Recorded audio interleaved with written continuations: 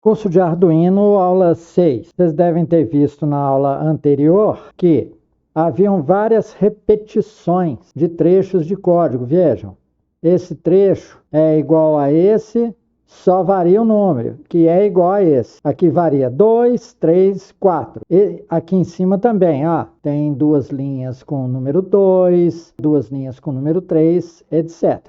Bom, esse aqui que tem mais repetições, nós vamos ter mais aproveitamento para fazer funções. Lembrem-se, a linguagem C é uma linguagem muito tipada, ela enche o saco, porque você pensa que é só fazer a função, aí fala assim, você tem que declarar o tipo dessa, daquela e tal, o retorno da função e tal. Então vamos introduzir aqui funções e falar como vocês devem fazer corretamente. Lembrando que nós temos aqui uma playlist de programação onde tem muita coisa sobre C e C++.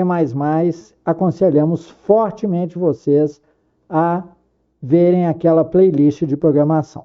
Então vamos por partes. Eu falei que esse trecho aqui, ó, é parecido com esse, que é parecido com esse. Então esse é o trecho de repetição. Então eu coloco o protótipo dele e nos locais aqui, onde aparece o número 2 das funções, eu coloco a variável pino. Então, aqui está, fiz uma função void pisca. No entanto, esse é que é o drama da linguagem C. É porque ela é tipada. Então, se eu vou trafegar com um parâmetro para dentro dela, eu tenho que falar, tenho que tipar ele. Eu tenho que falar que ele é do tipo inteiro. Então vejam aqui a semelhança, ó. Substituindo aqui pela variável pino, ó, esses três trechos ficam indeterminados pelo parâmetro pino. E lembrando, tenho que tipar os parâmetros. A função pode ser void. E na hora do loop, vejam, vou comparar, eu não vou chamar os grupos de 4 linhas. Eu vou chamar pisca 2, pisca 3 e pisca 4, e ele vai com todos os parâmetros lá dentro. E por que isso de simplificar por função? Não é só para ficar bonito mostrar que você conhece a linguagem, não. É porque a memória flash aqui do nosso dispositivo, ela é limitada. Conforme vocês viram em aulas anteriores, as grandezas, né, são muito pequenas, né? 2K, 4K. Então vocês têm que tomar aí um cuidado com o tamanho que vai ficar o programa compilado. Portanto, se o controle do seu projeto for muito complexo, você o divide em partes. Aí é interessante conhecer um pouco de engenharia eletrônica. Bem, as ligações são exatamente as mesmas do exemplo anterior, que a gente quer fazer tudo numa progressão para vocês pegarem direitinho. A piscação não se alterou em nada. Mas, agora que nós temos uma função em separado, que tal variar o tempo de piscação para a gente ter mais um parâmetro e poder aumentar com facilidade? Modificamos então dessa forma a função pisca, de forma que ela tenha como parâmetro o tempo de delay, para a gente poder ter uma ideia melhor da frequência aí de piscação das luzes. Poder parametrizar. É bom que as rotinas de vocês sejam parametrizadas, né? Então vamos aumentar aqui e ver. Apenas modificamos, colocando um segundo parâmetro, tipando ele com int, se não dá erro de sintaxe.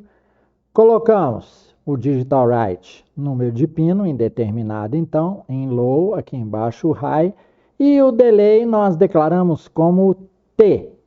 Então, na porção loop aqui do nosso código, nós vamos mandar o quê? A frequência de piscação, o pino, e a frequência de piscação agora 1 segundo, quer dizer 1000 milissegundos, para ficar mais rápido. Então vamos mostrar como é que ficou o projeto aqui. O funcionamento é igual, mas a frequência é diferente. Daqui a pouco nós vamos colocar uma resistência aqui, que é para diminuir o brilho desses LEDs, que está demais, aí fica para filmar, fica muito luminoso. Reparem agora, as luzes estão bem mais suaves. O que nós fizemos? Passamos o fio aqui, terra para cima, e dele vem essas duas resistências, elas estão realmente em paralelos. Vocês podem ver, ó, a fileira onde elas estão espetadas é a mesma. Estão vendo aqui em cima? Então ela vem do quadro superior do protoboard, que não se comunica com o de baixo, a não ser que você conecte, como nós fizemos, através das resistências. Então, colocando duas resistências de mesmo valor, o que você tem? Você tem metade dessa resistência, tá? Porque ainda com uma, a luz ficou muito fraca. Então nós colocamos duas em paralelo. Vejam aí, agora a intensidade das luzes está bem melhor. Mas reparem que o LED verde, ele é realmente mais fraco do que o amarelo e o vermelho. Então levem isso em conta nos seus projetos. E a pinagem aqui é exatamente a mesma. Então tomem esse cuidado de colocar resistências antes dos LEDs para evitar queimá-los. Uma das coisas que a gente tem que explicar a respeito desse circuito aí, na hora que nós colocamos duas resistências em paralelo, é saber por que é que colocando elas em paralelo, o valor total fica a metade. Então vejam aqui, nós temos um pequeno circuito com duas resistências em paralelo, R1 e R2, e aqui do lado, a gente pega entre as duas, pega dois conectores aqui e mede qual que é a resistência equivalente desse circuito. Bem, a fórmula para resistência em paralelo é 1 sobre resistência equivalente é igual a 1 sobre R1 mais 1 sobre R2. Se houver mais resistência em paralelo, você tem mais 1 sobre R3, mais 1 sobre R4, etc. Aqui nós só temos duas resistências. Então, colocamos aqui na fórmula 1 sobre resistência equivalente é igual a 1 sobre R mais 1 sobre R. O mínimo múltiplo comum é R, aqui em cima fica 2. A gente inverte os dois lados da equação e você tem que a resistência equivalente é realmente a metade da resistência. Então, quando vocês tiverem um circuito e em algum lugar a resistência ficar muito grande e um motor ficar rodando lento ou uma luz acender fraca, você acrescenta resistências em paralelo. Por quê? Porque a resistência equivalente vai diminuir à medida em que você acrescenta resistências no formato aqui na disposição em paralelo.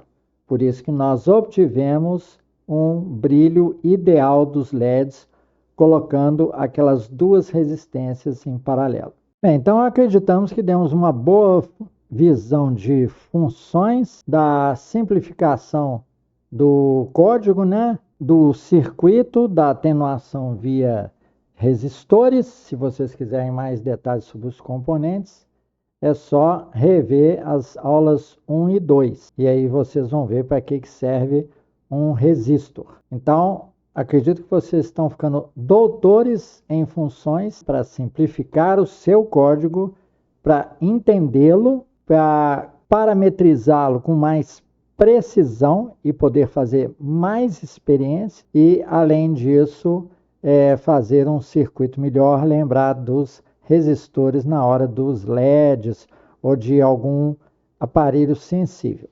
Então, com isso, a gente encerra a nossa aula 6.